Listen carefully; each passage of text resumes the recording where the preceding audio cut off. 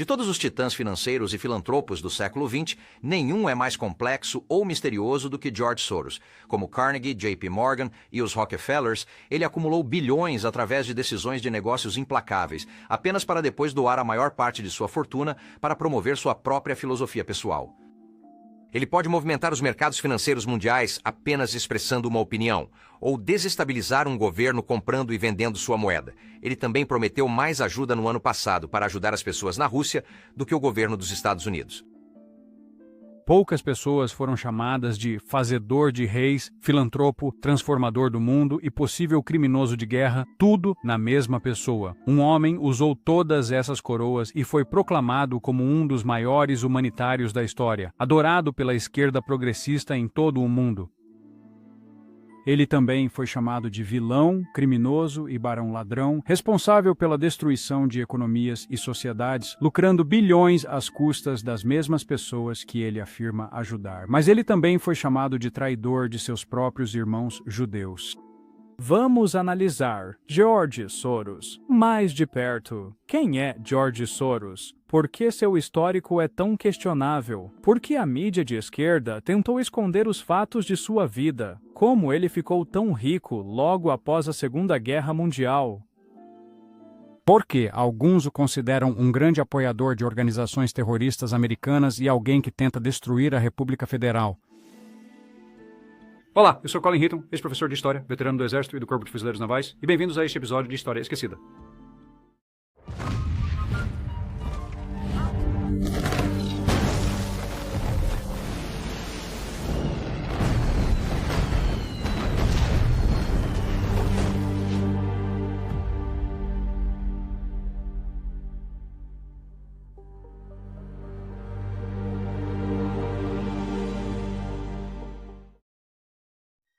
George Soros nasceu George Zooks em 12 de abril de 1930, filho de Tivadar e Elizabeth Zooks. O próprio Zooks era um advogado judeu de sucesso em Budapeste com grandes conexões políticas. Sendo judeu e com essas conexões, Tivadar viu o que estava por vir, então comprou documentos falsos para sua família, mudando seus nomes e religião, e subornou um amigo, que era um funcionário do governo local, para alegar que George, de 14 anos, era na verdade seu afilhado cristão. O que se segue é uma grave acusação contra a família Soros e até mesmo contra o próprio George Soros. Quando eu estava hospedado com um amigo na Áustria em 1999, fazendo a entrevista dele, fomos ao mercado de carnes local, onde estávamos conversando. Foi lá que uma senhora mais velha, que disse que seu nome era Elizabeth Raxney, com a grafia em questão e com um sotaque muito forte, me perguntou em um inglês quebrado se eu era americano. Eu disse que sim. Ela me perguntou se eu conhecia um homem na América chamado George Soros. Eu disse que não, porque naquela época eu nunca tinha ouvido falar de George Soros. Então ela me contou uma história arrepiante. Segundo ela, Soros era originalmente George Zooks, e a família, apesar de ser judia, voltou-se contra seus próprios irmãos judeus em um vilarejo perto de Budapeste, colaborando com o Partido da Cruz Flechada, que eles chamavam de Governo de Unidade Nacional. Eram fascistas húngaros e colaboradores nazistas. Raxney disse que muitas famílias conheciam os Soros pelo nome verdadeiro e que a família comandava o mercado negro local com apoio político. Ela disse que, a partir do início de 1944, George Soros, junto com seu pai, tio e um amigo da família, começaram a extorquir seus vizinhos em troca de proteção. Tivadar Zooks subornou funcionários locais que conhecia no governo e criou novos documentos de identidade, dando à família o novo sobrenome de Soros, alterando seus antecedentes, declarando que eram católicos, protegendo-os assim da perseguição aos judeus que se aproximava, a qual Tivadar Zooks sabia que viria através de seus amigos no governo de Budapeste. Elizabeth Raxney disse que os Zooks, ou a família Soros, se ofereciam para esconder e proteger seus amigos judeus à medida que os alemães aumentavam sua presença e a SS começava suas capturas logo após a Páscoa, inclusive fornecendo novos documentos de identidade. Foi aqui que a história de Elizabeth se tornou ainda mais interessante. Segundo ela, a família Soros, sob suas novas identidades, ajudou o Partido da Cruz Flechada e tomou todo o dinheiro, joias, peles, qualquer coisa de valor ao longo de vários meses como proteção para escondê-los dos alemães e, mais tarde, tomaram os títulos de suas propriedades. O regente da Hungria, o almirante Miklos Horthy de Nagybania, havia se juntado ao eixo, junto com a Romênia e a Bulgária anteriormente, e ele e Hitler tinham uma relação muito cordial no início. Soldados húngaros até apoiaram operações alemãs na frente oriental a um preço muito alto. Mas Hitler começou a insistir que Horthy entregasse seus judeus, dizendo: eles devem ser exterminados ou colocados em campos de concentração, algo a que Horthy resistiu por quase 4 anos. Em abril de 1944, Hitler enviou Adolf Eichmann a Budapeste para deportar os cerca de 800.000 judeus da Hungria, sendo 200.000 apenas em Budapeste, e a maioria iria para Auschwitz-Birkenau. Hitler então enviou o major da SS Otto Skorzeny para sequestrar Miklos Horthy Jr., forçando seu pai a obedecer. O almirante Horthy renunciou e foi substituído pelo antissemita radical Ferenc Szalasi, líder do Partido da Cruz Flechada. Mas, segundo a própria Orakni, quando os subornos acabaram, os irmãos Soros, junto com o falso padrinho do jovem George, forçaram-nos a assinar as escrituras de suas propriedades, roubando essencialmente suas casas e fazendas. Quando os nazistas ocuparam Budapeste em 1944, o pai de George Soros era um advogado bem-sucedido. Ele morava em uma ilha no Danúbio e gostava de ir trabalhar de barco a remo. Mas, sabendo que problemas aguardavam os judeus, ele decidiu separar sua família. Comprou documentos falsos e subornou um funcionário do governo para acolher George Soros, de 14 anos, e jurar que ele era seu afilhado cristão. Mas a sobrevivência teve um preço alto. Enquanto centenas de milhares de judeus húngaros eram enviados para campos de extermínio, George Soros acompanhava seu padrinho falso em suas rondas, confiscando propriedades dos judeus. Eventualmente, todos os judeus da sua aldeia, que ela disse serem mais de 300, foram traídos pela família Soros e entregues para deportação, enquanto Eichmann deportava 437.402 judeus para Auschwitz-Birkenau em apenas 60 dias. Estas são fotos de 1944 do que aconteceu com os amigos e vizinhos de George Soros. Ela viu toda a sua família, pais, irmão mais velho e irmã serem levados certa manhã quando foram encontrados escondidos sob o assoalho de um celeiro em sua propriedade. O motivo de ela não ter sido levada foi que seu pai a enviou aos 10 anos antes do amanhecer para pegar ovos, que eles comiam crus. Como ela declarou: quando voltei, minha família e todos os outros sob sua proteção estavam sendo colocados em um caminhão com muitos outros amigos judeus que todos eles conheciam e eu conhecia. Todos tinham sido traídos pela família Soros. Nunca mais vi nenhum deles. Eu fui a única... Ela viu George lá naquela manhã, apontando onde as pessoas estavam escondidas para um homem que ela não conhecia. Presumivelmente, era o amigo de seu pai, o suposto padrinho, que era membro do Partido da Cruz Flechada. Pelo que entendi, você saiu com esse seu protetor que jurou que você era o afilhado adotivo dele. Saiu de fato e ajudou no confisco de bens dos judeus. É isso mesmo. Apesar de suas alegações posteriores de que era apenas um observador, Soros foi, segundo a testemunha, um participante ativo e voluntário ao trair as pessoas com quem cresceu por lucro. Ou seria ele apenas uma criança, seguindo ordens de parentes mais velhos e de um amigo? Nesse ponto, isso não importa, pois ele não pode ser processado sob o direito internacional por esses crimes, devido ao fato de que ele tinha menos de 15 anos na época. Essa foi a idade de culpabilidade determinada, conforme regido pela Convenção de Genebra de 1929.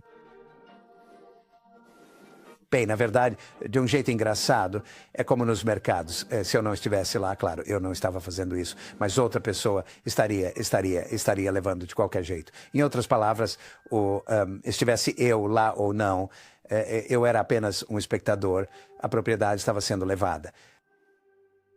Presume-se que, com o confisco de propriedades judaicas entre 1944 e 1945 e a posterior venda desses bens a húngaros não-judeus, a família obteve um bom lucro. Além disso, o dinheiro, as joias e outros bens extorquidos de seus amigos e vizinhos provavelmente foram trocados ou vendidos no mercado negro, o que explicaria a crescente riqueza da família. Essa riqueza teria sido necessária para subornar os funcionários comunistas do pós-guerra, se foi isso o que de fato aconteceu. Pois deixar a Hungria sob ocupação soviética não era algo fácil e o suborno era comum. Ironicamente, em uma entrevista ao 60 Minutes em 1998, Soros praticamente admitiu o que sua família havia feito. Soros tentou por anos remover este episódio dos arquivos da CBS e apagá-lo da internet. Foi difícil? Não, de jeito nenhum. De jeito nenhum. O que é interessante é que, quando Soros e sua família deixaram a Hungria e chegaram à Inglaterra em 1947, ele era um jovem muito rico, enquanto todos os outros judeus na Hungria tinham perdido tudo, na maioria dos casos, até mesmo suas vidas. George Soros estudou filosofia com Karl Popper na London School of Economics, mas decidiu não ser filósofo e juntou-se ao banco londrino Singer & Friedlander. Em 1956, ele e a família mudaram-se para Nova York, onde trabalhou inicialmente como analista de títulos europeus e tornou-se especialista em câmbio e mercados europeus. Lá, ele trabalhou como operador de arbitragem na F.M. Meyer de 1956 a 1959 e como analista na Wertheim & Company de 1959 a 1963. De 1963 a 1973, ele trabalhou na Arnold & S. Bleichräder, tornando-se vice-presidente e convenceu a empresa a criar um fundo de investimento offshore em 1967, chamado First Eagle, para ele administrar. Então, em 1969, a empresa fundou um segundo fundo para Soros, o Double Eagle Hedge Fund. Quando as regulamentações de investimento restringiram sua capacidade de gerir os fundos como desejava, ele deixou o cargo em 1973 e fundou uma empresa de investimentos privada que se tornou o Quantum Fund. George Soros tinha o capital inicial de sua família, e isso sempre foi questionado. Com os lucros desse fundo, ele iniciou a Soros Fund Management em 1973. Eventualmente, o Double Eagle foi oficialmente renomeado para Quantum Fund, tornando-se o principal fundo de hedge que Soros assessorava. Seu conhecimento das tendências econômicas regionais e globais, combinado com seus vastos recursos e tolerância ao risco, permitiu-lhe acumular uma fortuna agora avaliada em bilhões. Em 1984, Soros começou a investir nas nações do Pacto de Varsóvia sob o comunismo, especialmente em sua Hungria natal, criando bolsas de estudo e conseguiu operar no país sem qualquer interferência do governo comunista, o que significa que ele distribuiu muito dinheiro por lá. Ele expandiu suas operações para a Tchecoslováquia, Polônia, Rússia e Iugoslávia assim que o comunismo colapsava, mas muitos do antigo regime ainda estavam no poder. Até os comunistas tinham seu preço. Soros tem um histórico de desestabilizar economias e depois intervir para recolher os pedaços como um implacável barão ladrão como nenhum outro na história.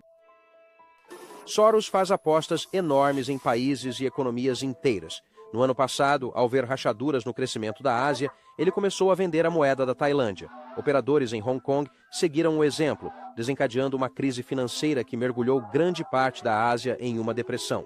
Soros tem agido desenfreadamente por décadas, tentando minar mercados internacionais e desestabilizar economias para estabelecer uma nova ordem mundial dominada por ele e por outras elites financeiras socialistas com ideais semelhantes. Nos últimos 2 anos, culparam você pelo colapso financeiro da Tailândia, Malásia, Indonésia, Japão e Rússia. Sim, tudo isso. Tudo isso? Sim. Você é tão poderoso assim? Não, acho que há um grande mal-entendido. O primeiro-ministro da Malásia disse que a região passou 40 anos tentando construir sua economia e aí vem um idiota como Soros com muito dinheiro e tudo acaba. Ele chamou você de criminoso. Ele investiu 2 bilhões de dólares na Rússia nos anos 90 para essencialmente se tornar o maior acionista da economia daquela nação e pediu ao Federal Reserve dos Estados Unidos um empréstimo de 7 bilhões de dólares para ajudar. Mas por quê? Bem, quando o Federal Reserve recusou, ele sugeriu que o rublo fosse desvalorizado em até 25%, o que tornaria seu investimento ainda mais forte para ganhar controle, o que alimentou a queda. Soros também espalhou seu dinheiro pelo mundo, incluindo Haiti, Bósnia e nações na África durante a década de 90. Ele investiu mais 100 milhões de dólares na Rússia novamente para ajudar seus cientistas a manter o controle da propriedade intelectual com suas promissórias atreladas e pagou pelo treinamento financiamento das forças armadas ucranianas após a queda da União Soviética, quando a Ucrânia se tornou independente. Em setembro de 1992, o governo britânico desvalorizou a libra esterlina, já que Soros tinha acabado de vender bilhões de libras nos dias anteriores à desvalorização, grande parte comprada com dinheiro emprestado. Ele tinha acabado de vender a lira italiana a descoberto, e ela passou a se desvalorizar, e ele mais tarde voltou e as recomprou com lucro. Após a queda na Itália e na Grã-Bretanha, Soros também recomprou libras esterlinas com um enorme desconto, pagou o dinheiro que havia tomado emprestado inicialmente e obteve um lucro de cerca de $1 bilhão em apenas um dia, ganhando o apelido de "o homem que quebrou o Banco da Inglaterra". Quando a poeira baixou em ambas as ações, ele obteve um lucro total de $2 bilhões. Em dezembro de 2002, um tribunal francês condenou Soros por uso de informações privilegiadas em uma negociação de ações de 1988 envolvendo a empresa de serviços financeiros Société Générale, e ele foi multado em €2.200.000 ou $2.900.000. Soros recorreu da decisão, mas ela foi mantida pela Corte de Cassação, a Suprema Corte da França, em 2006. Diante de novas regulamentações federais sobre fundos de hedge, Soros anunciou em julho de 2011 que o Quantum Endowment Fund não administraria mais o dinheiro de investidores externos. Em vez disso, passaria a gerir apenas os ativos de Soros e de sua família em contas offshore. Em 2003, Soros criou o financiamento inicial para o Grupo de Reflexão Liberal, o Centro para o Progresso Americano, prometendo milhões de dólares a grupos como o MoveOn.org para se opor à reeleição do presidente republicano George W. Bush em 2004. Mais tarde, ele apoiou financeiramente as campanhas presidenciais do senador democrata Barack Obama em 2008 e 2012 e doou para Hillary Clinton na eleição de 2016 e para Joe Biden em 2020. Em 2010, Soros doou $100 milhões para a organização não governamental Human Rights Watch. Apesar de organizações de mídia de esquerda tentarem proteger Soros, negando que ele financiou grupos terroristas domésticos, o grupo filantrópico de George Soros, a Open Society Foundations, admitidamente investiu $220 milhões em várias organizações e líderes de justiça social racial. Isso inclui principalmente os grupos terroristas domésticos Black Lives Matter e Antifa. Eles até anunciaram isso meses antes dos tumultos que causaram cerca de $2 bilhões em danos e custaram várias vidas. Soros doou pessoalmente mais de $32 bilhões para as chamadas causas de caridade de esquerda por meio de sua rede de doações, a Open Society Foundations. Seu apoio político estendeu-se profundamente à política estadual e local dos Estados Unidos. Ele gastou bilhões ajudando democratas radicais progressistas que concorriam a vários cargos, de governadores a promotores distritais e procuradores gerais. Ele ajudou nas campanhas para eleger os promotores criminais Fani Willis, no condado de Fulton, Geórgia, Alvin Bragg, na cidade de Nova York, e muitos juízes liberais por todo o país. Ele também investiu dinheiro em disputas na Califórnia para apoiar liberais progressistas e enviou milhões ao desafiante democrata do senador republicano Ted Cruz, no Texas. Todas essas pessoas foram trazidas à luz por suas aplicações ilegais, seletivas, antiéticas e radicais das leis estaduais e federais, expondo assim o Estado profundo, e vejam nosso vídeo sobre esse assunto. Com relação à traição não apenas de seus colegas judeus, mas dos amigos e vizinhos de sua família, George Soros não tem sentimentos de culpa por suas ações. Não me sinto culpado porque estou envolvido em uma atividade amoral que não deveria ter nada a ver com culpa. Soros exige que todas as outras empresas, grupos de investimento e fundos de cobertura sigam as regras e regulamentos que ele mesmo evita. Parte da razão pela qual ele é tão rico é que os fundos de hedge do Soros operam offshore nas Antilhas Holandesas para evitar o escrutínio da Comissão de Valores Mobiliários. Então, mesmo enquanto Soros diz ao Congresso e ao Tesouro que os fundos de hedge devem ser regulamentados para deter a crise global, ele está evitando as regras. Então, como George Soros constrói sua riqueza e escapa de regulamentações e do escrutínio, sem cumprir as mesmas regras que se aplicam a todos os outros americanos? Regras que ele apoia por ser um cidadão. Como ele faz isso? Ele evita o escrutínio da Receita Federal e da Comissão de Valores Mobiliários, assim como de outras agências internacionais devido aos seus métodos de operar fora da jurisdição dos Estados Unidos. Porque o fundo não é registrado na Comissão de Valores Mobiliários, Nós não... Licenciado para operar nos Estados É isso Unidos. mesmo. Por quê? Porque nós não somos registrados na Comissão de Valores Mobiliários. George Soros, o gênio dos investimentos, é também, por algumas definições, um mentor do crime determinado a destruir o sistema de livre mercado nos Estados Unidos e ao redor do mundo e estabelecer uma moeda digital global que seja gerida pelas elites globais marxistas. Hoje, George Soros tem uma fortuna estimada em 7,2 bilhões de dólares, mas esse número pode ser muito maior devido às suas contas offshore que não podem ser facilmente monitoradas. Independentemente de você apoiar, se opor, acreditar ou não nas histórias sobre George Soros, apenas lembre-se do que ele disse com suas próprias palavras. De volta à álgebra do ensino médio, mas vamos dar uma olhada. Primeiro temos a população. O mundo hoje tem 6,8 bilhões de pessoas. Isso vai subir para cerca de 9 bilhões. Agora, se fizermos um ótimo trabalho com novas vacinas, saúde e serviços de saúde reprodutiva, poderíamos reduzir isso em talvez 10 ou 15%. Mas ali vemos um aumento de cerca de 1,3%. Ele começou como o gênio por trás da Microsoft, o homem que colocou um computador em cada casa e software em cada escritório. Mas depois de fazer seus bilhões, Bill Gates não se aposentou. Ele se reinventou como um filantropo global. Investiu sua fortuna em saúde, agricultura, educação, clima, mídia e até no controle populacional. Mas a filantropia era apenas metade da história. De alguma forma, o homem que nos deu a Microsoft agora financia a Organização Mundial da Saúde, possui mais terras agrícolas nos Estados Unidos do que qualquer pessoa viva, promove carne sintética e insetos como alimento, financia veículos de mídia globais e quer vacinar o planeta inteiro. Isso não é sobre saúde, é sobre poder. E a pergunta não é o que Bill Gates está fazendo, é quem lhe deu esse poder. Então, como um homem não eleito tem mais controle sobre sua saúde, sua comida e seu futuro do que a maioria dos líderes mundiais. E será que Bill Gates está realmente salvando o mundo ou silenciosamente redesenhando-o para servir à sua própria visão? Vamos tentar descobrir. Olá, eu sou Mike Droberg, veterano do Corpo de Fuzileiros Navais e cineasta, e tentaremos responder a essas perguntas no episódio de hoje de História Esquecida.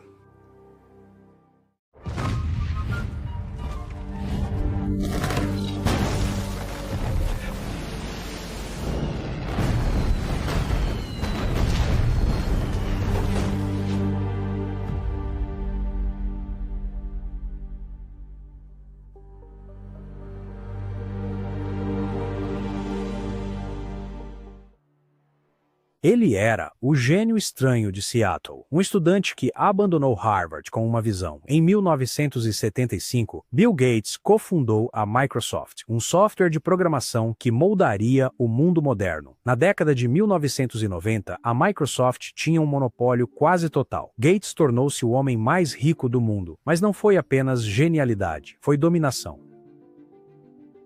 Ele esmagou os concorrentes e foi levado ao tribunal por violações antitrust. Ele foi acusado de usar seu império para destruir rivais, mas, no início dos anos 2000, algo mudou. Gates deixou as operações diárias da Microsoft e, em vez de se aposentar silenciosamente, ele mudou o foco. Ele mudou sua imagem, não como empresário, mas como filantropo. Gates não é o primeiro magnata a trocar o domínio pela recuperação de imagem. Há um século, John D. Rockefeller fez a mesma coisa. Após monopólios implacáveis de petróleo o tornarem o homem mais odiado da América, ele se reinventou por meio de doações, fundações e da boa vontade pública. Gates seguiu exatamente o mesmo manual, só que desta vez com poder digital. A Fundação Bill e Melinda Gates foi lançada no ano 2000, alegando combater a pobreza, doenças e a desigualdade. Mas isso era mais do que caridade. Era influência. Ao doar bilhões, Gates comprou um lugar em todas as mesas globais importantes, das Nações Unidas à Organização Mundial da Saúde, do Vale do Silício ao Vaticano. Ele já não era apenas o homem por trás da Microsoft, ele estava se tornando silenciosamente o homem por trás de tudo. Bill Gates diz que está apenas salvando vidas, mas o que ele realmente está fazendo é moldá-las, e sem o seu consentimento. Após lançar a Fundação Gates, ele canalizou bilhões para iniciativas globais de saúde. À primeira vista, parecia caridade, mas Gates não estava apenas doando, ele estava comprando influência. Sua fundação tornou-se a maior doadora privada da Organização Mundial da Saúde, doando mais de 5 bilhões e meio, a segunda maior doadora da Organização Mundial da Saúde, logo atrás dos Estados Unidos. E esse tipo de dinheiro não vem sem condições. Ele também financiou a Gavi, a Aliança Global para Vacinas e Imunização, e a Coalizão para Inovações em Preparação para Epidemias, a CEPI, doando mais de 4,1 bilhões de dólares para essas organizações, além de financiar vários projetos de pesquisa e desenvolvimento farmacêutico. Ele promoveu vacinas mundialmente, especialmente na África e na Índia. O que a grande mídia nunca perguntou foi quais eram os efeitos colaterais. Na Índia, um teste de vacina contra o papilomavírus humano financiado por Gates foi suspenso após várias meninas morrerem. Em 2014, a Igreja Católica no Quênia acusou uma campanha de vacinação financiada por Gates de esterilizar mulheres secretamente. Eles alegaram que as vacinas continham gonadotrofina coriônica humana, um hormônio que, quando combinado com o toxoide tetânico, poderia impedir a gravidez. Segundo autoridades da igreja, testes de laboratórios independentes encontraram gonadotrofina coriônica humana em 6 de 9 amostras da vacina. Mais de 2 milhões foram vacinados, mas a Organização Mundial da Saúde negou. Gates negou, mas a controvérsia foi abafada e nunca resolvida. E até hoje ninguém sabe quantas mulheres podem ter sido afetadas, mas não se tratava apenas de vacinas. E então, só as vacas representam cerca de 6% das emissões globais. E então precisamos mudar. As vacas, apenas as vacas. Bem, na verdade, de todas as categorias, a que correu melhor do que eu esperava há 5 anos é este trabalho para criar o que chamam de carne artificial. Gates também se tornou o maior proprietário privado de terras agrícolas nos Estados Unidos, não cultivando, mas possuindo mais de 260 mil acres. Enquanto diz ao mundo para reduzir as emissões de carbono, ele silenciosamente acumulou as terras que cultivam nossa comida. Depois ele começou a promover carne sintética e proteína de insetos como uma solução climática. E quem financia as fábricas que fazem esses hambúrgueres de insetos? Bem, o Gates, ele diz que é pela sustentabilidade, mas quando um bilionário te manda comer insetos enquanto ele come bifes, isso não é uma solução. Essa é uma nova forma de controle de classe. E a hipocrisia dele não parou por aí. Ele diz ao mundo para reduzir o carbono enquanto acumula mais emissões de jatos particulares do que a maioria das pessoas produzem em uma década.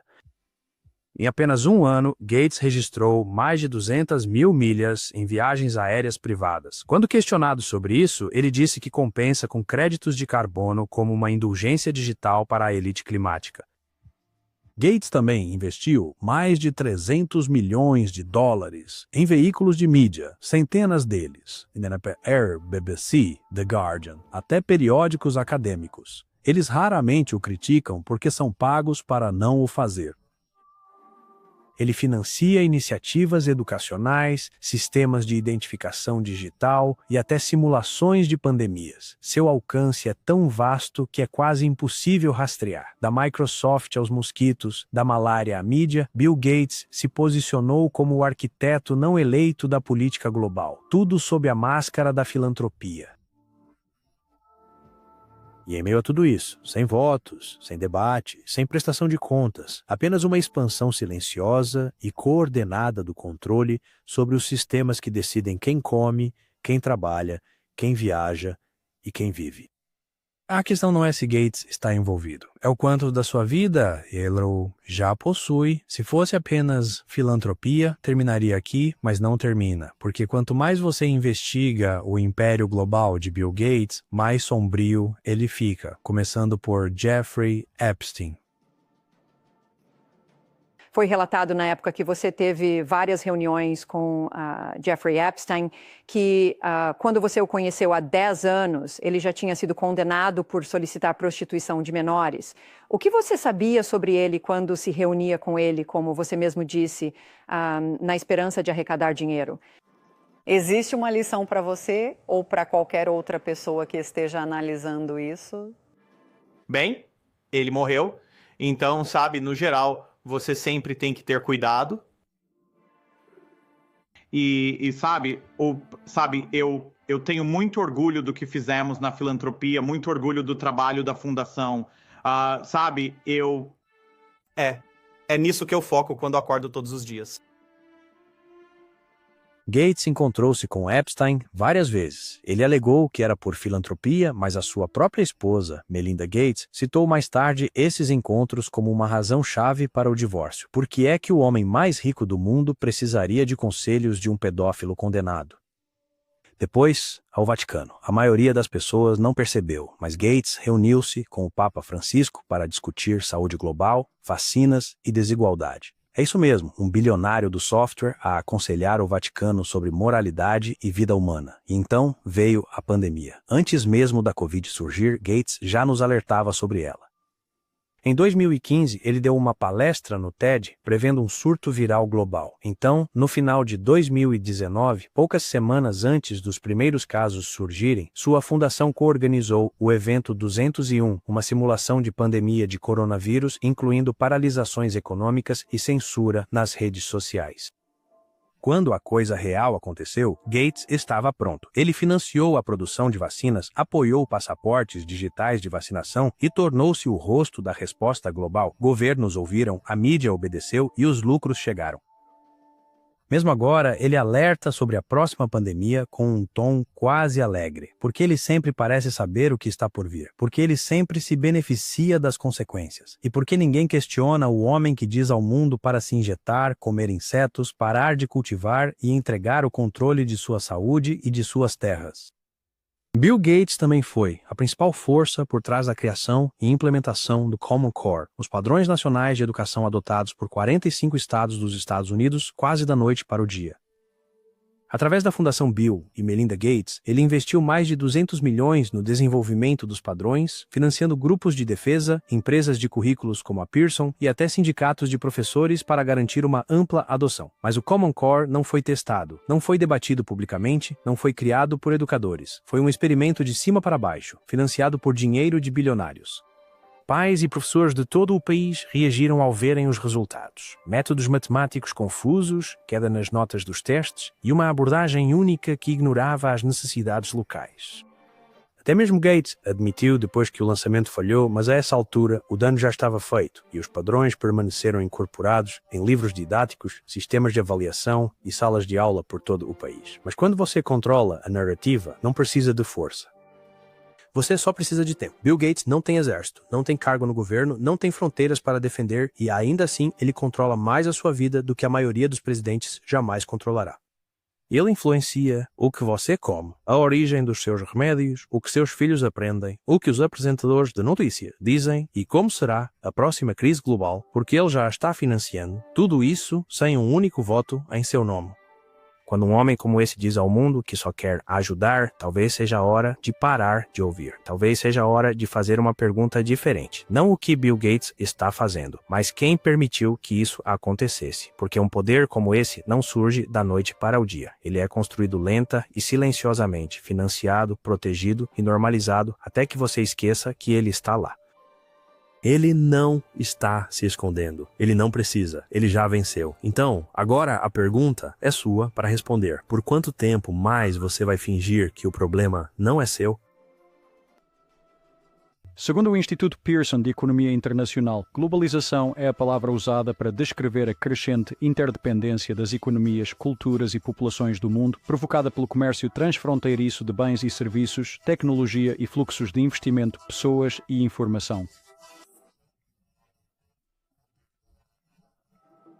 Os efeitos abrangentes da globalização são complexos e politicamente carregados. Assim como nos grandes avanços tecnológicos, a globalização beneficia a sociedade como um todo, enquanto prejudica certos grupos.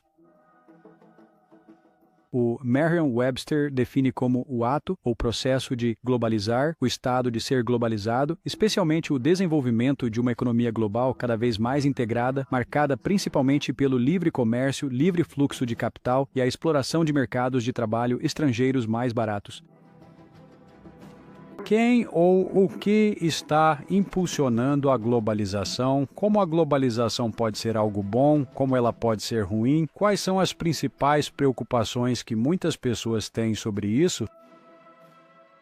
Olá, eu sou Colin Heaton, veterano militar, historiador, autor, e bem-vindos a este episódio de História Esquecida.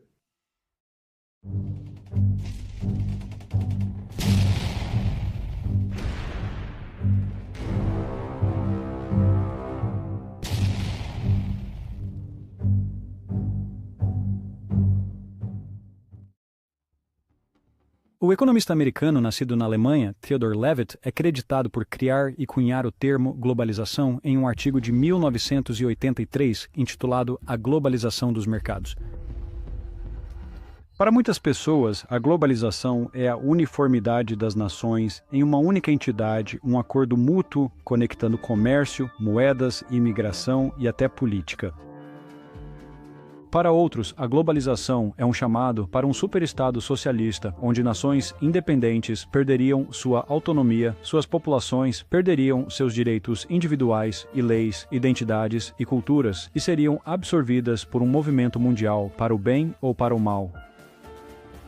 Exemplos de globalização incluem organizações intergovernamentais. A globalização tornou possível que organizações internacionais fossem criadas por meio de tratados entre muitos países diferentes. Exemplos incluem a União Europeia, as Nações Unidas, o Banco Mundial, a Organização Mundial do Comércio e o Fundo Monetário Internacional.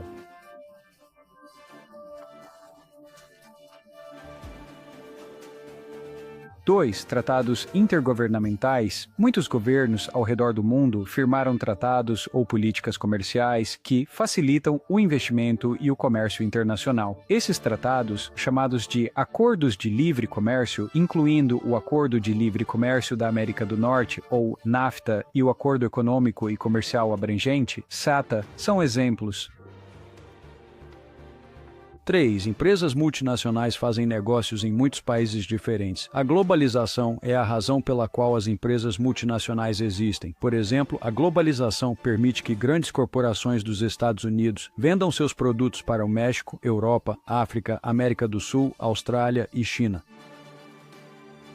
Alguns diriam que já estamos globalizados em relação às nossas economias e à troca de moedas, e isso pode ser muito verdade, mas esta não é uma condição nova ou única. Por mais de 3.000 anos, à medida que o sistema de trocas começou a desaparecer, até culturas e sociedades antigas negociavam em escala internacional e usavam as mesmas moedas básicas de metais preciosos como base econômica. Reinos do Oriente Médio negociavam com europeus metais como ouro, prata, minério de ferro e cobre. A seda chinesa era vendida aos impérios grego e romano e especiarias e pedras preciosas da Índia foram encontradas em antigos locais de sepultamento no norte da Europa. Marfim da Índia e da África era comercializado por todo o mundo conhecido, assim como o azeite das regiões do Mediterrâneo. Lã e vinho da Europa Ocidental chegavam à Ásia, com grande parte desse tráfego internacional ocorrendo na famosa Rota da Seda, bem como nas crescentes frotas de navios mercantes que alcançavam portos em 3 continentes. Eram de fato transações internacionais dinâmicas e o comércio floresceu, mas seria isso uma verdadeira globalização? Alguns diriam que sim, e que ela apenas se expandiu com o início da Revolução Industrial. Mais pessoas, mais riqueza e uma maior variedade de mercadorias podiam ser enviadas mais longe, mais rápido e em maiores quantidades do que nunca. À medida que a indústria, a ciência e a tecnologia cresciam, o mundo tornava-se menor. Alguns também diriam que o Acordo de Livre Comércio da América do Norte, assim como a Organização Mundial do Comércio, são exemplos de globalização, mas isso só afeta o comércio, não os governos e suas sociedades. Sob esses planos, as nações ainda são independentes e seus povos têm o direito de escolher seus próprios caminhos. Ainda assim, pode isso ser considerado globalização? Eu digo que não, não no sentido mais estrito. A verdadeira globalização significaria criar uma hegemonia de todas as nações, de todas as culturas, em uma coalizão disposta a aceitar ser governada por uma única entidade estatal aprovada. A verdadeira globalização desenfreada significaria seguir o exemplo da União Europeia, que, embora seja um exemplo menor, tem alguma correlação. As nações individuais da Europa que se juntaram à União ainda mantiveram as suas próprias eleições nacionais, mas os seus mandatos vinham de Bruxelas, na Bélgica. Os globalistas se opõem ao capitalismo ou ao livre comércio entre fronteiras e o consideram protecionismo, uma política econômica que tenta proteger empresas nacionais da concorrência estrangeira e dos mercados de trabalho. Mas os verdadeiros globalistas querem muito mais do que isso. As nações da União Europeia também tiveram pouca voz em suas próprias políticas nacionais de imigração.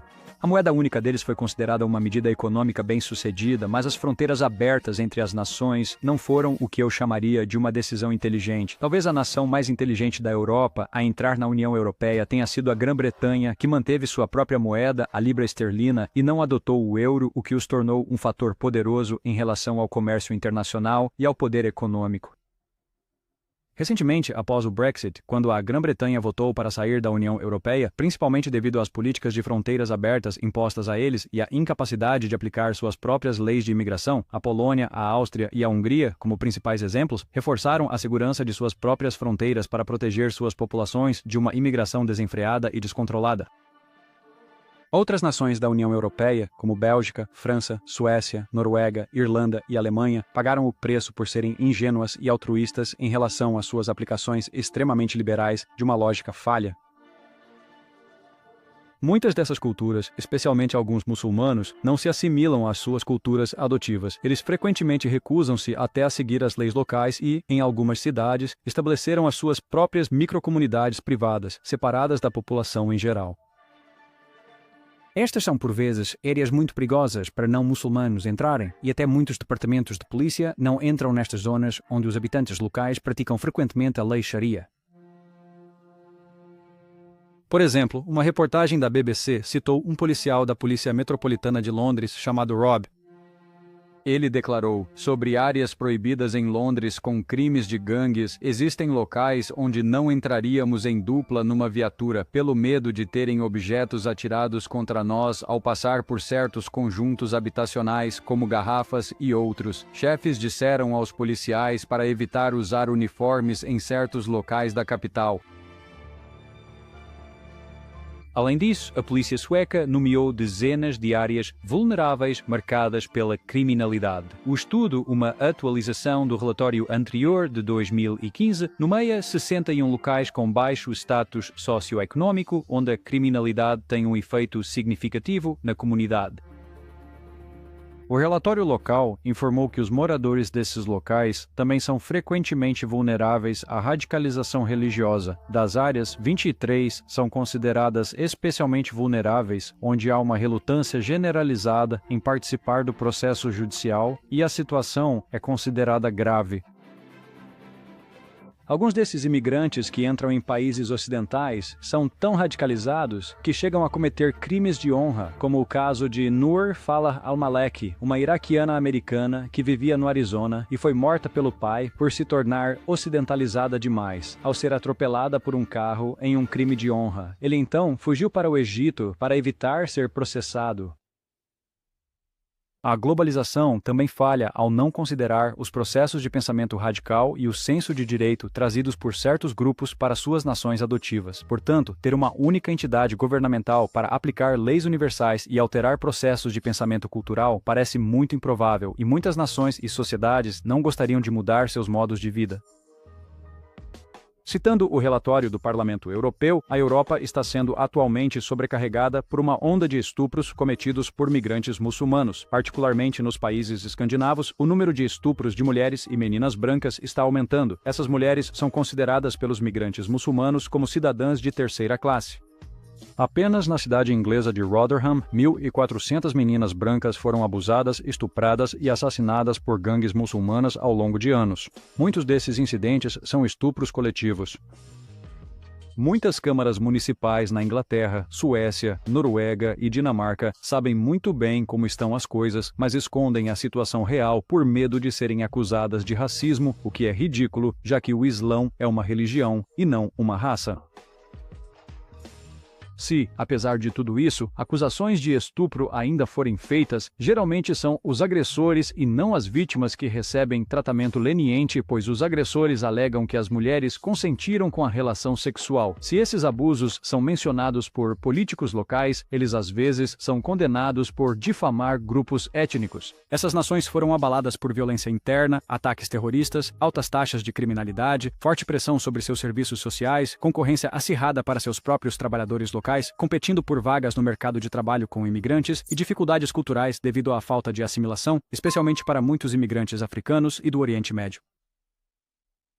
A globalização não resulta em um aumento no número de empregos, nem melhora a vida dos trabalhadores. Em vez disso, ela redistribui empregos ao transferir a produção de países de custo elevado para países de custo menor. Isso significa que países de custo elevado perdem empregos devido à globalização à medida que a produção vai para o exterior, como visto com empresas dos Estados Unidos indo para fora quando impostos e custos operacionais são altos demais. Globalistas, como o inimigo da liberdade George Soros, querem que renunciemos às nossas moedas nacionais e passemos a uma moeda universalmente aprovada e facilmente controlada, se não manipulada. Claro, ele e sua classe dominante administrariam as finanças, eles eliminariam bancos nacionais e instituições financeiras independentes e controlariam a moeda mundial a partir de um único centro financeiro monolítico. Essa organização seria gerida por aqueles que George Orwell chamou de iguais acima dos outros. A globalização moderna também significaria o fim da política nacional individual se pessoas como o socialista Soros conseguissem o que querem. Entenda que as pessoas que gostam dessa ideia são as que querem estar no comando, não fazer parte das massas coletivas que teriam que seguir as ordens e obedecer às suas regras. Os líderes jamais seguiriam as suas próprias leis, pois a globalização os tornaria a lei e as massas não teriam recurso legal. Outro problema da globalização é determinar quem controlaria a educação, como isso seria e como afetaria milhares de culturas diferentes. Depois, há o conceito de um exército globalizado, em essência, forças armadas globais que respondem a uma única autoridade, em essência, uma ditadura. Já vemos como as Nações Unidas falham constantemente na manutenção da paz ao reunir soldados de muitas nações. Além disso, países como os Estados Unidos pagam a maior parte das contas das Nações Unidas, enquanto muitas outras nações que não contribuem praticamente com nada e têm históricos terríveis de direitos humanos, ainda ocupam conselhos importantes e têm direito a voto. Como os globalistas equilibrariam essas contas? Os problemas com barreiras linguísticas, diferenças religiosas e culturais, até questões alimentares de acordo com a religião, teriam que ser resolvidos. Esse mesmo problema existiria no sistema educacional global, exigido por uma única autoridade. Vimos como isso funcionou bem na Alemanha Nacional Socialista e em nações comunistas, onde a doutrinação era parte do processo educacional, muito parecido com o que marxistas liberais estão tentando fazer nos Estados Unidos hoje, na Austrália e na Europa. Como os globalistas dedicados resolveriam essas questões? Qual paradigma político eles adotariam? Uma república representativa, uma democracia, uma monarquia, um Estado socialista? A globalização em versões muito menores foi tentada e fracassou, como o Império Romano. Era sob uma moeda, um governo, um sistema militar e uma religião politeísta até o século IV. A Igreja Católica tentou com o Sacro Império Romano, tentando reunir os governantes da Europa sob uma única autoridade, o imperador, que só respondia ao Papa, e isso não funcionou muito bem. Vladimir Lenin e Joseph Stalin tentaram com o comunismo e isso durou 74 anos. Novamente, o mesmo programa dos romanos, menos a religião. A China ainda é comunista desde 1949, mas se esforça para se tornar capitalista economicamente enquanto mantém a tirania internamente. O Japão tentou isso na Ásia ao expandir seu império, assim como a Alemanha nazista. Ambas as nações tentaram criar uma comunidade monolítica sob autoridade singular usando força militar e terror. a única resposta que se encaixa na agenda deles é alguma forma de socialismo. Talvez não o comunismo, já que ele ainda permite a propriedade privada e às vezes permite a religião, mas também permite o controle total da população sob penalidades draconianas exigidas para o não cumprimento. Pode ser esse o programa que os globalistas querem adotar, já que a elite vive bem, continua lucrando com o trabalho escravo alheio, rouba a propriedade intelectual e o governo dita cada aspecto de suas vidas e há pouca, se é que há alguma, revolta pública por medo de represálias.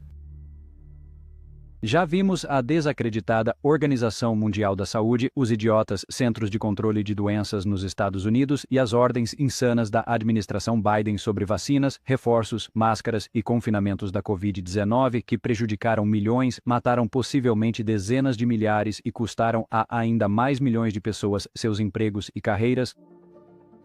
Pessoas ao redor do mundo, especialmente americanos que pensam por si mesmos, rejeitaram essa idiotice em sua maioria, mas essa resistência seria impossível sob um governo globalizado. É por isso que não funcionaria. Você teria primeiro que subjugar um povo, fazê-lo obedecer, antes de poder governar. Eles também teriam que escolher o socialismo devido ao desejo de coletivização de bens em todas as áreas, e isso já começou no setor agrícola. Nações como a China e indivíduos como Bill Gates têm comprado terras agrícolas americanas. Um dos conceitos mais insanos é eliminar a indústria da carne em favor da carne cultivada em laboratórios. O controle da agricultura é controlar uma população e é também uma questão de defesa nacional. A globalização elimina a preocupação nacional em favor da nova e expandida matriz controlada centralmente. Voltando às questões monetárias, os globalistas querem que toda a moeda seja convertida em uma moeda digital, eventualmente unificada em um único sistema monetário global. Essa é uma má ideia em muitos níveis. Um programa desses daria ao governo globalista ou até a um governo individual que adote o digital os meios de controlar no que as pessoas gastam, determinar se elas podem de fato gastar seu próprio dinheiro no que desejam e até restringir totalmente a quantia que podem gastar. Bem-vindos ao socialismo. Eles poderiam monitorar e rastrear mais facilmente todas as suas transações e se o governo decidisse que não quer que você compre uma certa propriedade, um certo automóvel ou até mesmo armas de fogo, eles poderiam encerrar sua conta. Então, o governo global teria que lidar com a criação de novas leis para o coletivo. Como eles seriam capazes de codificar leis e manter a Declaração de Direitos dos Estados Unidos para essas pessoas ou as leis de outras nações? Eles permitiriam que a primeira e a segunda emendas se tornassem globais? Definitivamente não, porque regimes totalitários não querem liberdade de expressão, nem querem uma população armada capaz de uma resistência firme. É por isso que os europeus estão à mercê de seus próprios governos e da União Europeia agora. O que faz os globalistas pensarem que a Índia e a China, as duas maiores populações nacionais, concordariam em ser governadas dessa forma? E quanto aos países sob a lei da Sharia, os fanáticos religiosos no Irã concordariam? E as monarquias parlamentares e as leis pelas quais seus povos vivem? Como eles imporiam a conformidade? Eles exigiriam que, para fazer parte de um ambiente global, de um governo global, os americanos abandonassem suas armas e motores de combustão interna? Eles esperariam que os muçulmanos abandonassem sua fé? A globalização total, incluindo conformidade financeira, econômica, militar, judicial, social, educacional, cultural e de identidade nacional, é problemática e inexequível. Em essência, o conceito de um controle mundial único e total em todas as áreas é tão insano quanto qualquer conceito pode ser. Por exemplo, de 335 milhões de americanos, se apenas um quarto dessa população resistisse a tal medida, o governo perde. Mas é isso que os socialistas liberais querem: controle total em todos os níveis, incluindo fraudar eleições para tentar alcançar seus objetivos. É por isso que Biden abriu a fronteira. Até os departamentos de Justiça, Segurança Interna e a Patrulha de Fronteira reconhecem que pelo menos 6 milhões, se não mais de 8 milhões de imigrantes ilegais cruzaram para os Estados Unidos com a bênção do governo Biden, violando a Lei Federal de Imigração. Mais de 200 desses homens capturados estavam na lista de vigilância de terroristas dos Estados Unidos e internacional. A única questão é quantos escaparam da detecção, aumentando o número total não verificado. Essa migração em massa desenfreada é parte do globalismo. Essas pessoas inundam as cidades americanas, drenando recursos e aumentando as taxas de criminalidade e as tensões sociais, e muitas delas não estão se assimilando. Apenas estes fatos ilustram que a globalização social, econômica e cultural completa é uma fantasia marxista liberal. Se a globalização se restringisse apenas à economia empresarial, mais pessoas poderiam apoiá-la, mas os socialistas não aceitam meias medidas.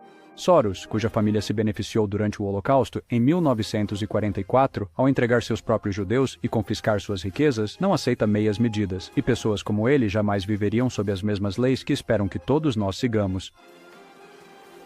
Por fim, a única forma de resistir a essa tentativa de controle total é resistir efetivamente votando, criando coalizões civis de pessoas com ideias semelhantes e garantindo que tenhamos eleitos que compartilhem dessas preocupações. Mas lembrem-se de que nós não somos o mundo. Somos americanos com nossa história, cultura unificadora, moeda, costumes sociais e leis e um senso profundo de certo e errado. Outras nações têm suas próprias histórias, orgulho e identidades nacionais. Então, vamos manter assim. A crise da Covid-19 mostrou-nos que os nossos antigos sistemas já não servem para o século XXI, expôs a falta fundamental de coesão social, justiça, inclusão e igualdade.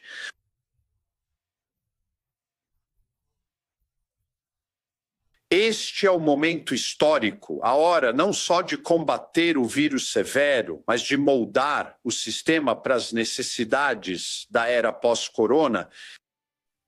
A maioria das pessoas acha que o mundo é governado por presidentes, primeiros-ministros ou parlamentos. Mas o verdadeiro poder, o lugar onde a política global é escrita muito antes de chegar às urnas, não está em Washington, Bruxelas ou Pequim. Fica em uma estação de esqui privada na Suíça. O Fórum Econômico Mundial, uma organização não eleita e sem responsabilidade, mas que molda a economia global, reescreve políticas governamentais e direciona corporações de trilhões de dólares como peças em um tabuleiro de xadrez. Todo mês de janeiro, jatos particulares inundam Davos.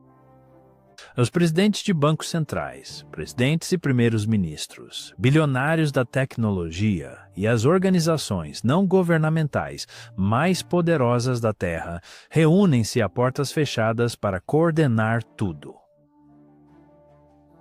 E a parte mais perturbadora, nada disso foi votado. Ainda assim, de alguma forma, governa as pessoas que governam o mundo. E no centro de tudo, o arquiteto deste cartel empresarial global é um homem, Klaus Schwab. O engenheiro de fala mansa que transformou o Fórum Econômico Mundial do nada na organização mais influente do planeta. Então, como exatamente o Fórum Econômico Mundial ganhou o poder de influenciar os governos que nos governam a todos? E por que as corporações mais ricas da Terra seguem diretrizes de uma organização sem fins lucrativos na Suíça? E como um homem saiu do anonimato total para se tornar o arquiteto não eleito de um sistema global que afeta seu dinheiro, sua privacidade e sua liberdade? Vamos tentar descobrir.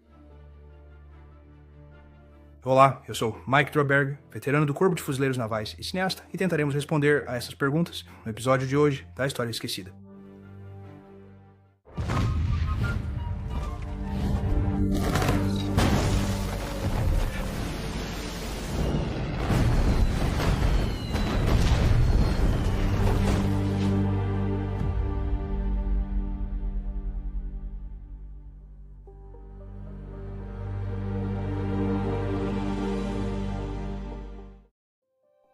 Klaus Schwab nasceu em 1938 em Ravensburg, na Alemanha, filho de Eugene Schwab, o diretor administrativo de uma poderosa empresa de construção de máquinas chamada Escher Wyss. Ravensburg era incomum durante a Segunda Guerra Mundial, era uma das poucas cidades industriais alemãs.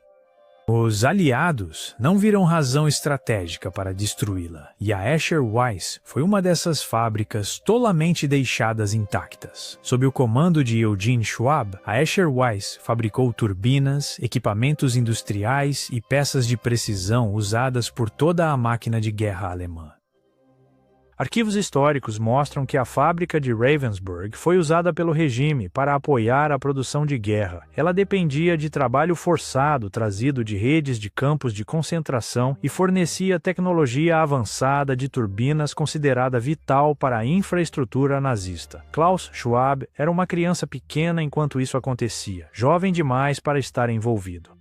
Mas enquanto a maioria das crianças cresce rodeada de brinquedos, Klaus cresceu rodeado de engenheiros, industriais e estruturas de poder. E isso fez diferença. Após a guerra, Schwab estudou engenharia mecânica, depois economia e, em seguida, políticas públicas.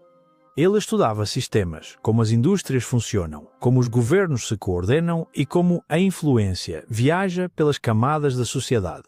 Na década de 1960, ele trabalhou na Sulzer Asher Weiss, ajudando a supervisionar um programa de política nuclear ligado ao governo do Apartheid da África do Sul.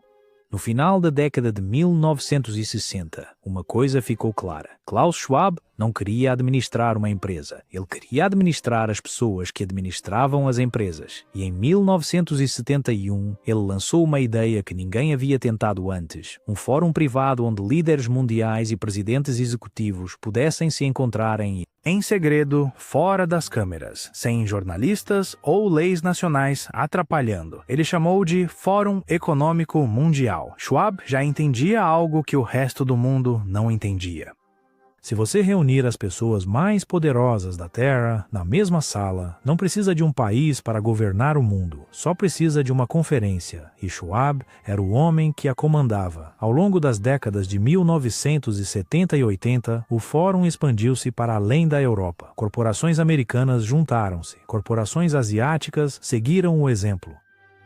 Logo, chefes de Estado começaram a aparecer. Na década de 1990, Schwab renomeou para Fórum Econômico Mundial, um título que soava oficial, e foi aí que a mudança aconteceu. O que começou como uma conferência de negócios transformou-se silenciosamente em um motor de políticas. Documentos e discussões do Fórum Econômico Mundial passaram a influenciar regulamentações globais sobre comércio, clima, bancos, tecnologia, cadeias de suprimentos, saúde pública e energia. Governos logo adotaram a linguagem do Fórum Econômico Mundial palavra por palavra em seus próprios rascunhos de políticas. Corporações repetiram os mesmos pontos de discussão em todos os setores, e Schwab percebeu algo que ninguém mais tinha notado. O Fórum tornou-se mais poderoso do que a maioria dos parlamentos, e foi então que Schwab agiu para expandir seu alcance ainda mais. Ele lançou novos programas criados para moldar não apenas os líderes atuais, mas os futuros. Ele foi pioneiro em grupos de reflexão globais, iniciativas público-privadas, conselhos climáticos, conselhos de governança digital e forças-tarefa econômicas. Esses órgãos não tinham autoridade constitucional, mas suas recomendações tornaram-se padrões globais de qualquer maneira. No início dos anos 2000, algo se tornou inegável. O Fórum Econômico Mundial já não era apenas uma conferência, era o ponto de encontro de um cartel empresarial global, uma aliança de corporações e elites políticas que podia definir o rumo de nações inteiras. Mas o Fórum Econômico Mundial não escreve leis. Ele escreve as ideias que se tornam leis. Todo mês de janeiro em Davos, eles lançam estruturas que as corporações adotam primeiro e os governos impõem depois. E embora a linguagem pareça inofensiva, sustentabilidade, equidade e capitalismo de partes interessadas, o impacto real aparece na vida do americano médio muito antes de alguém perceber de onde a política veio. Mas veja como essas ideias chegam à sua porta. Os documentos comerciais do Fórum Econômico Mundial promovem cadeias de suprimentos sem fronteiras e a harmonização internacional. Isso significa que a produção migra para o exterior, para locais com mão de obra mais barata e menos regulamentações. Fábricas americanas fecham, economias locais colapsam e gerações de trabalhadores qualificados desaparecem.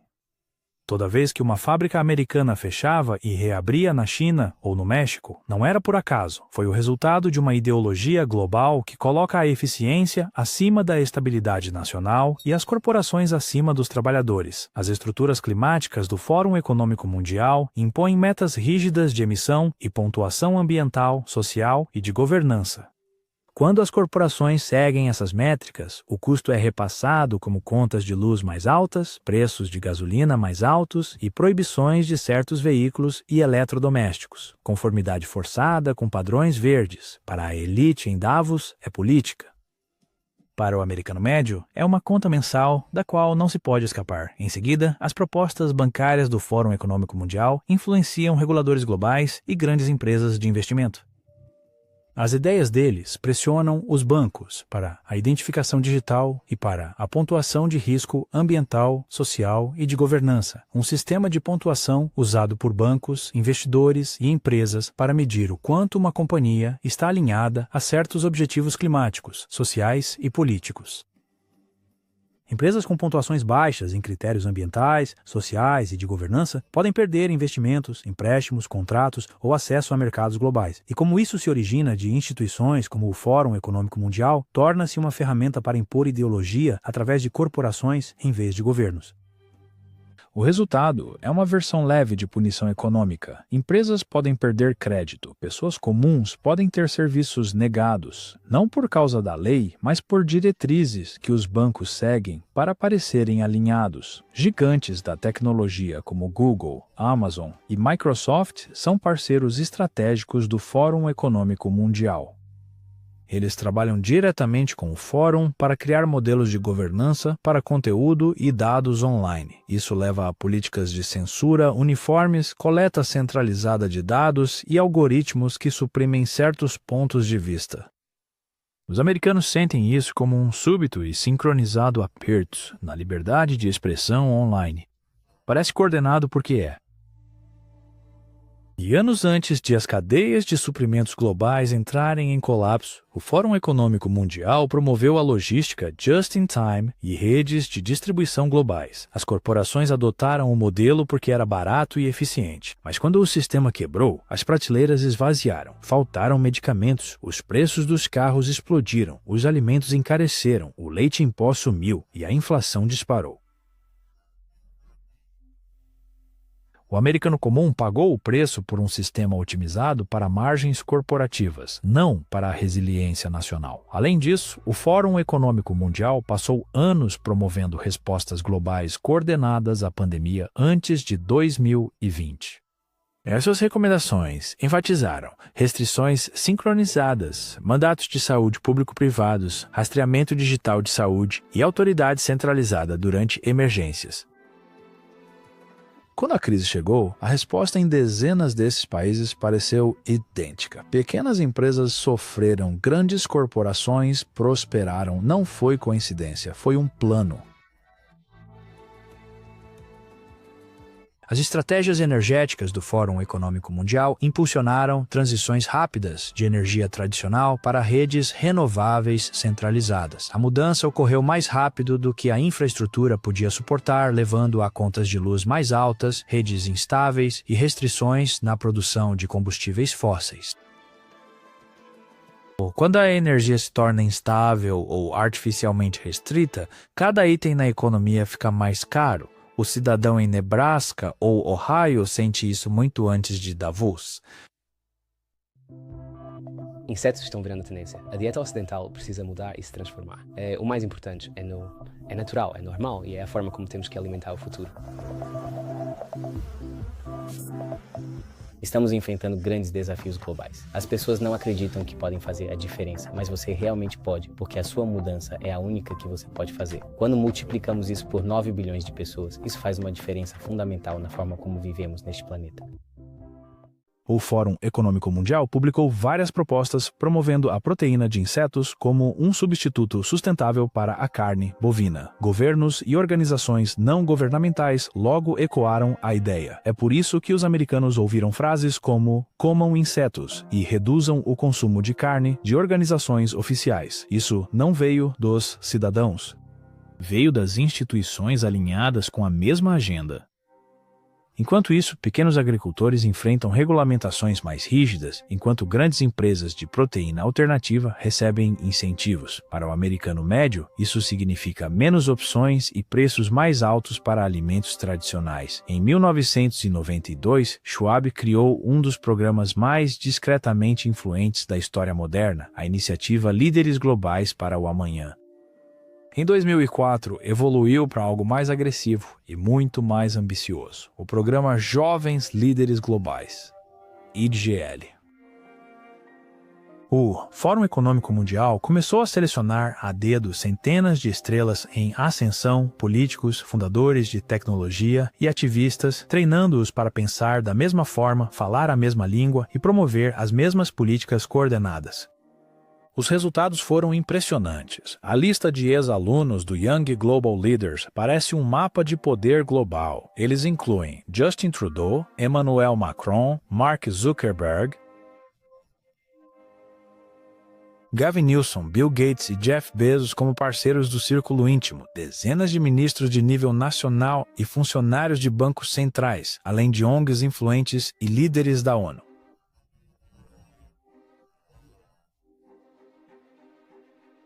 Eles foram as pessoas que o Fórum Econômico Mundial identificou cedo, aqueles que acreditaram que ajudariam a moldar o futuro, e eles moldaram. Quando a crise surgiu, econômica, de saúde pública ou ambiental, esses líderes responderam de formas quase idênticas, usando uma linguagem quase idêntica, enraizada em uma estrutura política quase idêntica. Isso não foi coincidência. Isso foi treinamento. O próprio Schwab gabou-se abertamente da sua influência ao dizer: "Nós penetramos nos gabinetes." Ele não estava a exagerar. Estes indivíduos não eram apenas graduados. Eram os ativos da visão de mundo, um sistema de crenças de governação global, parceria corporativa, alinhamento internacional e populações geridas. O Fórum Econômico Mundial confirmou que está investigando o ex-presidente Klaus Schwab após sua renúncia aparentemente repentina na segunda-feira. Um denunciante anônimo enviou uma carta à organização e acusou Schwab de usar indevidamente fundos e recursos do fórum. O Wall Street Journal noticiou o fato primeiro. A carta também criticou a cultura de trabalho e a governança do fórum. O jornal escreve que ela incluía alegações de que Klaus Schwab pediu a funcionários subalternos que sacassem milhares de dólares em caixas eletrônicos em seu nome e usou fundos do fórum para pagar massagens particulares em quartos de hotéis. Sempre massagens em hotéis. Bem, isso alega que sua esposa, Hilda, uma ex-funcionária do fórum, agendava reuniões simbólicas financiadas pelo fórum para justificar viagens de férias de luxo às custas da organização. Por anos, o Fórum Econômico Mundial operou como uma máquina perfeita, sincronizada, polida, cuidadosamente controlada, mas por trás dos painéis elegantes e das fotos sorridentes, pessoas de dentro começaram a sussurrar sobre um ambiente muito diferente. Funcionários do Fórum Econômico Mundial, ex-colaboradores e participantes políticos falavam discretamente sobre uma cultura baseada em segredo, elitismo e um nível de indulgência pessoal muito distante da responsabilidade global pregada no palco. Com o tempo, uma sombra se formou em torno de Klaus Schwab. Durante anos, diplomatas europeus e frequentadores de Davos trocaram rumores sobre o comportamento de Schwab, histórias envolvendo sessões de bem-estar de elite, conduta inadequada com massagistas e interações questionáveis durante os eventos privados, após o expediente de Davos que nunca foram notícia. Nada foi publicado em relatórios oficiais. Nada foi investigado publicamente, mas as histórias circularam na classe política europeia por décadas, sempre ligadas ao mesmo homem no centro do fórum. Dentro do próprio Fórum Econômico Mundial, a equipe começou a levantar preocupações sobre como o dinheiro fluía pela organização. Funcionários anônimos descreveram gastos extravagantes, má alocação de fundos de doadores e dinheiro desaparecendo em iniciativas que ninguém conseguia rastrear. À medida que Schwab envelhecia, chegando aos 80 anos, uma nova geração dentro do Fórum Econômico Mundial começou a pressionar por mudanças. Eles o acusaram de tratar a organização como propriedade pessoal, uma monarquia disfarçada de entidade sem fins lucrativos. Reclamaram que o fórum estava se tornando estagnado sob seu controle. Houve relatos de discussões aos gritos a portas fechadas, egos em conflito e facções formadas entre os leais da velha guarda e os tecnocratas mais jovens. E então veio a revolta. Entre 2023 e 2024, as frustrações internas não puderam ser contidas. Grandes doadores exigiram uma nova liderança. Parceiros corporativos sussurravam sobre uma visão renovada. Membros do conselho pediram a Schwab, em particular, que se aposentasse. Vários executivos do Fórum Econômico Mundial pediram demissão abruptamente. Documentos internos sugeriam má gestão. Denunciantes contataram jornalistas anonimamente. O conselho preparou planos de sucessão sem o envolvimento de Schwab. Pela primeira vez em mais de meio século, o fundador já não estava no comando. O seu próprio pessoal, que ele treinou, promoveu e guiou, finalmente forçou a questão. O império de Schwab cresceu tanto que começou a virar-se contra o seu arquiteto. E à medida que a revolta se espalhava pelos corredores de Davos, ficou claro que o homem que moldou o Fórum Econômico Mundial não podia mais liderá-lo. Klaus Schwab anunciou oficialmente sua renúncia ao Fórum Econômico Mundial em maio de 2024, deixando o cargo após mais de 53 anos à frente da organização não eleita mais poderosa do planeta. Mas no momento em que ele saiu do palco, algo inesperado aconteceu, não dentro de Davos, mas fora dela. As elites continuaram a promover as mesmas políticas, as mesmas agendas globais, mas o mundo parou de concordar. As pessoas começaram a reconhecer o padrão. Eleitores que nunca se importaram com política começaram a prestar atenção. Famílias que antes confiavam nas instituições agora questionavam cada mensagem. E a mudança silenciosa que as elites globais esperavam que ninguém notasse transformou-se em um despertar global. Por todo o Ocidente, movimentos populistas cresceram, não por raiva, mas porque as pessoas finalmente viram quanto controle lhes foi tirado. Políticos de fora, como Donald Trump, podcasters independentes, como Joe Rogan, jornalistas online e criadores sem apoio corporativo, de repente tiveram mais influência que a mídia tradicional. Vozes descentralizadas quebraram o monopólio da informação. Governos que antes repetiam Davos palavra por palavra começaram a rejeitar suas políticas. O ESG colapsou sob pressão pública. Regimes de censura cederam quando as plataformas se rebelaram. E o mundo descobriu algo que o Fórum Econômico Mundial nunca planejou. Quando as pessoas veem quem puxa as cordas, param de deixar que as cordas as controlem. Schwab pode ter partido, mas a era da obediência cega também, espero. E as elites estão aprendendo da pior maneira que o público que tentam controlar está finalmente acordando. Deixem suas opiniões sobre o Fórum Econômico Mundial nos comentários abaixo. Isso está tudo errado. Eu não deveria estar aqui, eu deveria estar de volta à escola do outro lado do oceano. E ainda assim, todos vocês vêm até nós jovens em busca de esperança. Como ousam? Vocês roubaram meus sonhos e minha infância com suas palavras vazias. E ainda assim eu sou uma das sortudas. As pessoas estão sofrendo, as pessoas estão morrendo, ecossistemas inteiros estão entrando em colapso. Estamos no início de uma extinção em massa. E tudo o que vocês conseguem falar é sobre dinheiro e contos de fadas de crescimento econômico eterno. Como se atrevem? As palavras de Greta Thunberg ecoaram pelas Nações Unidas e por todo o mundo. Uma criança repreendendo nações por destruírem o planeta. Para milhões, ela se tornou um símbolo de verdade e coragem. Para outros, ela era um sinal de que algo havia mudado, de que o próprio medo se tornara a mensagem. Pela primeira vez na história, o ambientalismo não era apenas uma causa, era política.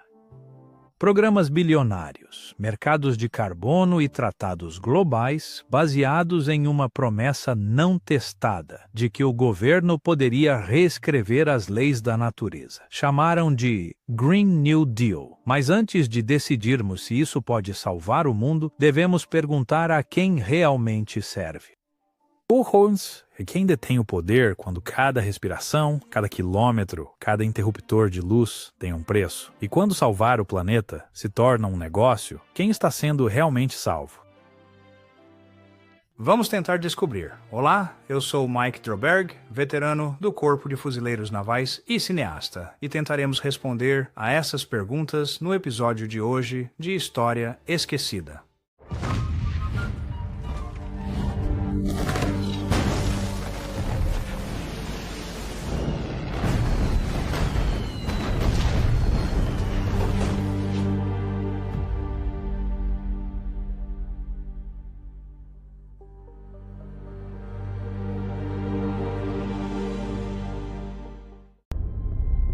Se você olhar para os 10 anos mais quentes já registrados, todos ocorreram nos últimos 14 anos, e o mais quente de todos foi 2005.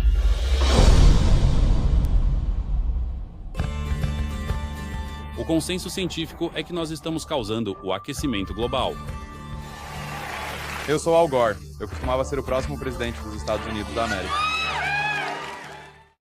Esse foi o vice-presidente Al Gore, em 2006, o momento em que a mudança climática deixou de ser uma discussão científica e virou uma cruzada política. Mas, mesmo pregando o sacrifício, o próprio Gore vivia como um rei. Várias mansões, jatos particulares e uma conta de energia que superava a de bairros inteiros. Somente sua propriedade em Nashville consumia mais de 20 vezes a energia de uma casa americana comum. E, contudo, seu filme, Uma Verdade Inconveniente, declarou a ciência resolvida, o perigo iminente e a humanidade com o tempo contado. Naquela época, 2005 foi de fato o ano mais quente já registrado pela NASA e pela NOAA, mas esse registro só remontava ao final do século XIX, quando algumas centenas de termômetros na Europa e na América do Norte tentavam representar o planeta inteiro. Para os padrões de hoje, medições globais precisas só começaram em 1979, quando os satélites finalmente nos deram cobertura total do planeta. Antes disso, a maior parte era uma estimativa fundamentada, montada por modelos e suposições. Para colocar isso em perspectiva, a ciência convencional diz que a Terra tem cerca de 4,54 bilhões de anos. Isso significa que nossas medições precisas cobrem menos que um piscar de olhos, alguns bilionésimos de 1%. Desse registro limitado surgiu um movimento multibilionário e um novo tipo de fé, não espiritual, mas financeira, construída sobre o medo, e esse pânico realmente valeu a pena. Al Gore não estava apenas alertando o mundo sobre o carbono, ele estava investindo nele. 2 anos antes de seu documentário chegar aos cinemas, ele cofundou a Generation Investment Management com um ex-executivo do Goldman Sachs. A missão deles era simples: transformar a preocupação ambiental em capital. Eles chamaram isso de investimento sustentável. Wall Street chamou de escalável. Em 2008, o carbono tinha um preço, e negociar poluição tornou-se um mercado global. Empresas podiam comprar e vender o direito de emitir. Os poluidores pagavam, mas bancos, corretores e gestores de fundos ganhavam taxas a cada negociação e a cada crédito emitido. O custo da poluição tornou-se o lucro de outra pessoa, e a economia verde nasceu. Nações industrializadas concordaram com limites obrigatórios de emissões e criaram os primeiros mercados internacionais de carbono. Nos anos 2000, a União Europeia expandiu essa ideia para o sistema de comércio de emissões da União Europeia, abrangendo usinas, fábricas e companhias aéreas por todo o continente. E, em 2010, o conceito de emissões líquidas zero tornou-se um selo moral tanto para governos quanto para corporações. Era um registro limpo, não um planeta limpo. A crise climática evoluiu para uma economia global e a única coisa mais verde que essa mensagem era o dinheiro por trás dela. Depois, veio a próxima evolução: impostos e comércio de carbono. Imposto sobre carbono parece simples. O governo coloca um preço no dióxido de carbono, o gás liberado quando queimamos petróleo, carvão ou gás natural. A ideia é que, se a poluição custa dinheiro, as empresas poluirão menos.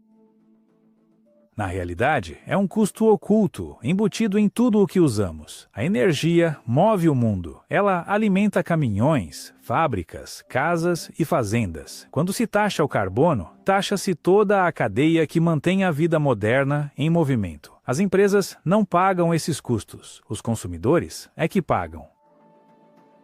Os preços sobem, taxas de combustível surgem e as contas de aquecimento aumentam. A atmosfera não muda. O balanço financeiro, sim. Defensores chamam isso de política climática baseada no mercado. Eles alegam que a Receita financia projetos de energia limpa, mas auditorias reais contam uma história diferente.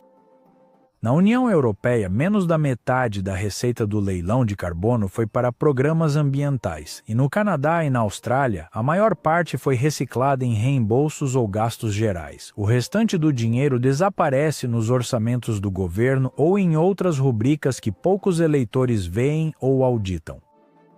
Depois, veio a próxima evolução, o comércio de carbono. Em vez de um imposto fixo, as empresas podiam comprar créditos de carbono, licenças para poluir apoiadas por promessas de redução em outros lugares. Isso criou um novo mercado global, um instrumento financeiro construído sobre o ar.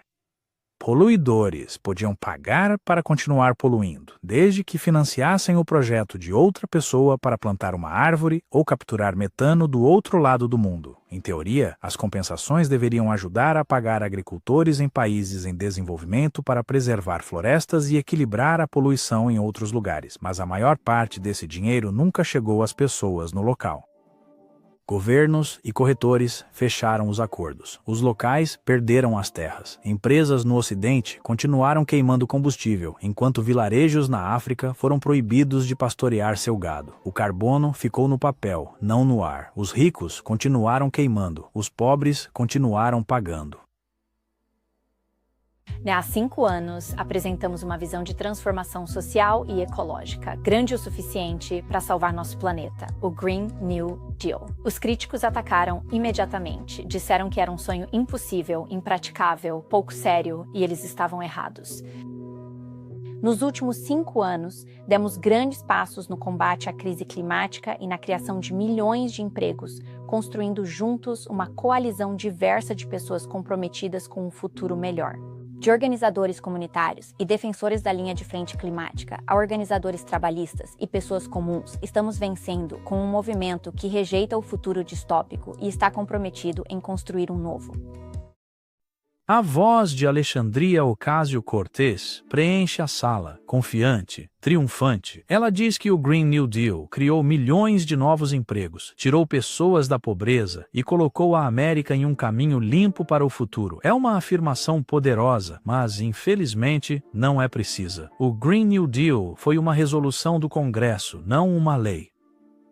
O que existe hoje são programas derivados, subsídios de energia, incentivos para veículos elétricos e créditos de manufatura incorporados em legislações posteriores, como a Lei de Redução da Inflação de 2022. Isso criou centenas de milhares de empregos, principalmente na construção, projetos de curto prazo e fábricas iniciantes, mas, nem de longe, milhões. O número de milhões de empregos veio de modelos econômicos, não de resultados reais, previsões otimistas escritas antes de um único dólar ser gasto. Se todas as propostas do Green New Deal tivessem sido aprovadas e totalmente financiadas, modelos projetavam milhões de empregos, mas projeções não são provas. Teoria e verdade não compartilham o mesmo registro, mas, enquanto políticos prometiam milhões de novos empregos, dezenas de milhares de empregos desapareceram silenciosamente. Sob a bandeira do Green New Deal, investidores retiraram capital de combustíveis fósseis, reguladores endureceram as normas e o cinturão de carvão da América tornou-se um cemitério de usinas fechadas. Mais de 40 mil empregos no setor de carvão desapareceram em 10 anos. Cidades construídas sobre usinas de energia, reduzidas ao silêncio, enquanto empresas buscavam subsídios para energia eólica e solar. Refinarias de petróleo seguiram o mesmo caminho. Na Califórnia, instalações inteiras foram convertidas ou simplesmente fechadas, eliminando milhares de empregos sindicalizados bem remunerados. E para cada trabalhador de refinaria demitido, 5 a 7 empregos de apoio desapareceram com eles. Caminhoneiros, equipes de manutenção, restaurantes e pequenas empresas que mantinham essas cidades vivas. Isso não eram apenas estatísticas. Eram meios de subsistência, substituídos não por fábricas verdes ou prosperidade renovável, mas por manchetes e promessas vazias. A antiga economia energética estava sendo desmontada mais rápido do que a nova conseguia se sustentar, e o Green New Deal não ficou apenas em Washington. Em um ano, sua linguagem, emissões líquidas zero, sustentabilidade e equidade apareceram em discursos de Londres a Bruxelas e de Davos a Pequim. Já não era uma lei, era um roteiro global. Então, as Nações Unidas promoveram a Agenda 2030. A União Europeia introduziu o pacote Objetivo 55 e o Fórum Econômico Mundial renomeou o próprio capitalismo como capitalismo de partes interessadas. As palavras mudaram, mas a missão não: remodelar economias através da conformidade climática e supervisão centralizada. Cada nação foi instruída a atingir emissões líquidas zero até 2050, uma meta que parecia científica, mas que se baseava principalmente na contabilidade de carbono. Em vez de reduzir a produção, as indústrias simplesmente a compensam. Para cada tonelada de carbono emitida, um crédito era comprado, uma árvore era prometida ou um projeto era anunciado em outro lugar. A poluição não parou. A papelada apenas ficou mais limpa e, no entanto, ninguém consegue sequer concordar sobre como seria uma emissão de carbono segura. Cientistas falam em orçamento de carbono, a quantidade que podemos queimar antes que o planeta aqueça demais, mas os números variam em centenas de bilhões de toneladas, dependendo de quem faz a conta.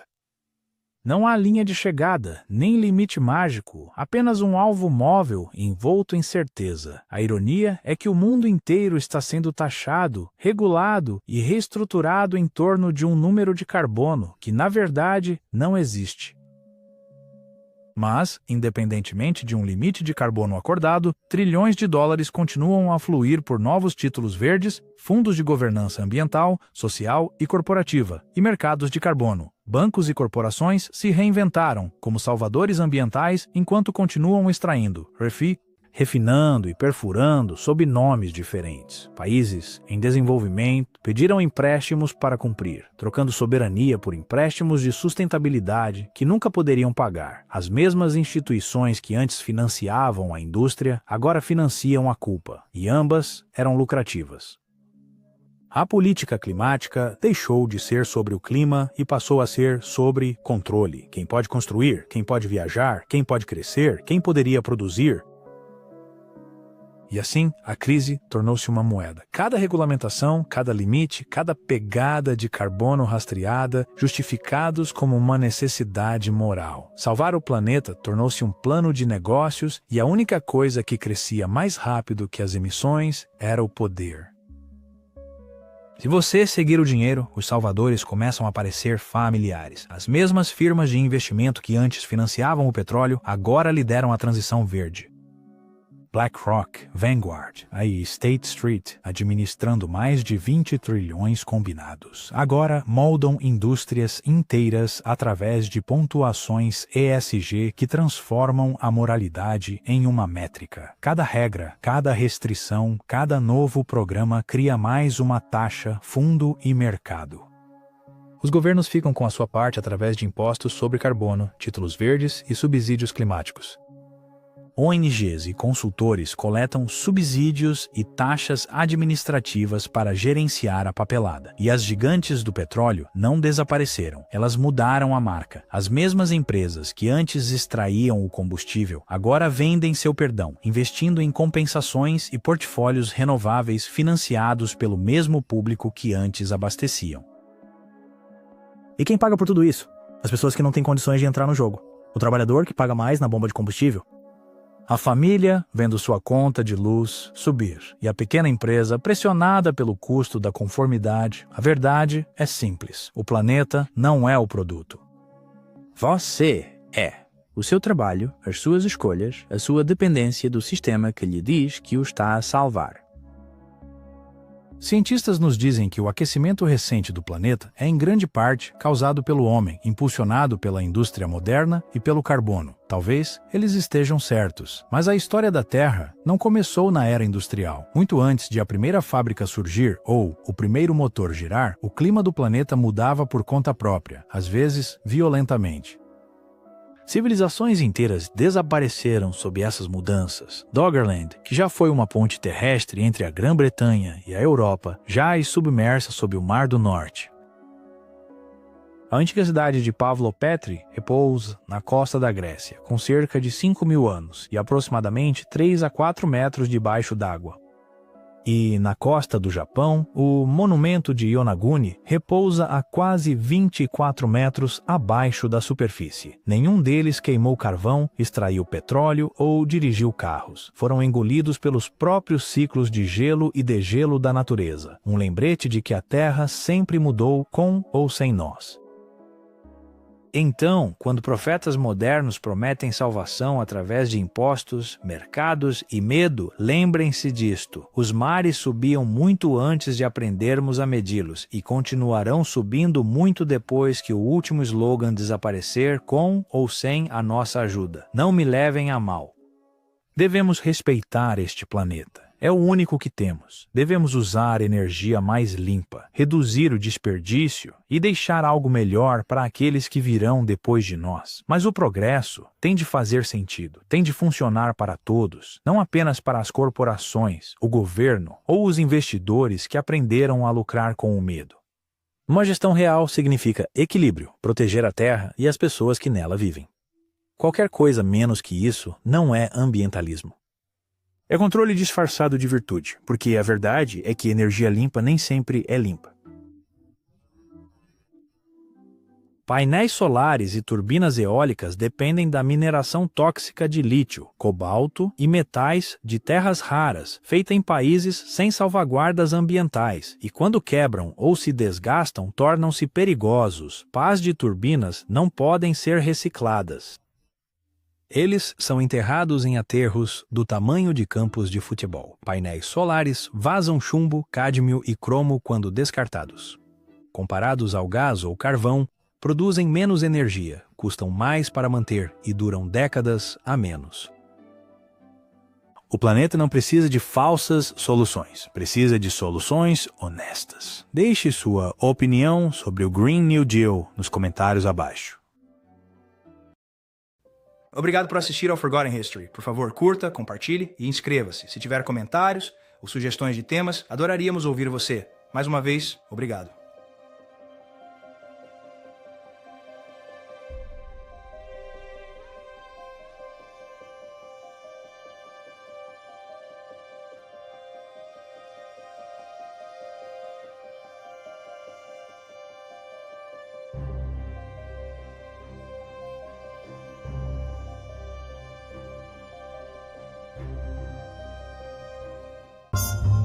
Pensa OTEP, o melhor canal de Angola.